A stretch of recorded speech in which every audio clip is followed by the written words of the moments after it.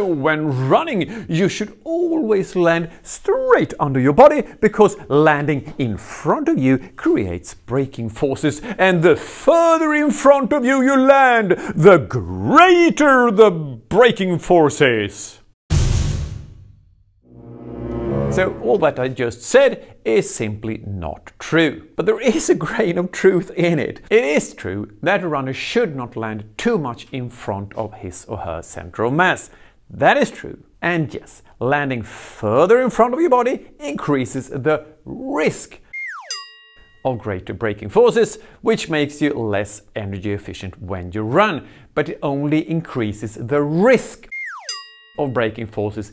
It doesn't mean that it automatically creates more braking forces. There is no linear relationship between how far forward you put your foot down and how great the braking forces are. There are runners who overstride quite a bit with no braking forces to speak of at all, well, some but very small, while other runners land much more under the body but still have large braking forces.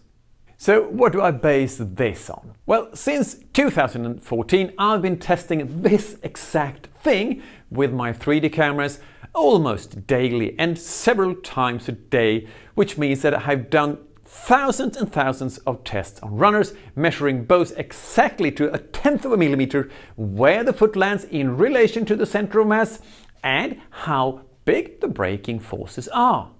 On average, you might, but only might, say that landing further forward is likely to produce higher braking forces than landing more below the body.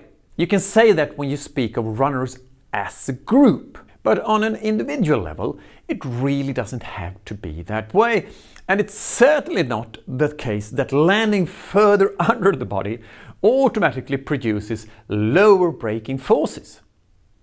If we look here, here is an example of what it might look like for the same runners in 2 consecutive tests. First, the runner has landed 180 millimeters in front of his or her center of mass, the smaller blue arrow, and then 97.1 millimeter in front of the center of mass, the larger white arrow. But what about the braking forces then?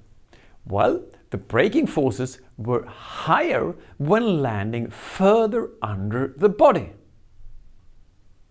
So even though the landing is almost twice as far in front of the center of mass, the braking forces were almost only half as big. So there's a lot more going on in terms of braking forces than just the point of the foot placement relative to your center of mass. So it's perfectly fine for you to say overstride increases the risk of braking forces. But you can't say overstride always increases braking forces and the further in front of you land, the more braking forces. Because that's simply not true. Also, the optimal landing spot is not the same for all runners, but it depends on a lot of things like your pace. But I've made another video about that, which you can watch here on my channel. I truly hope you liked that video, and if you did, please click the like button and maybe also the subscribe button. And feel free to check out all the other content I have here on my channel. And maybe you are also interested in my online course.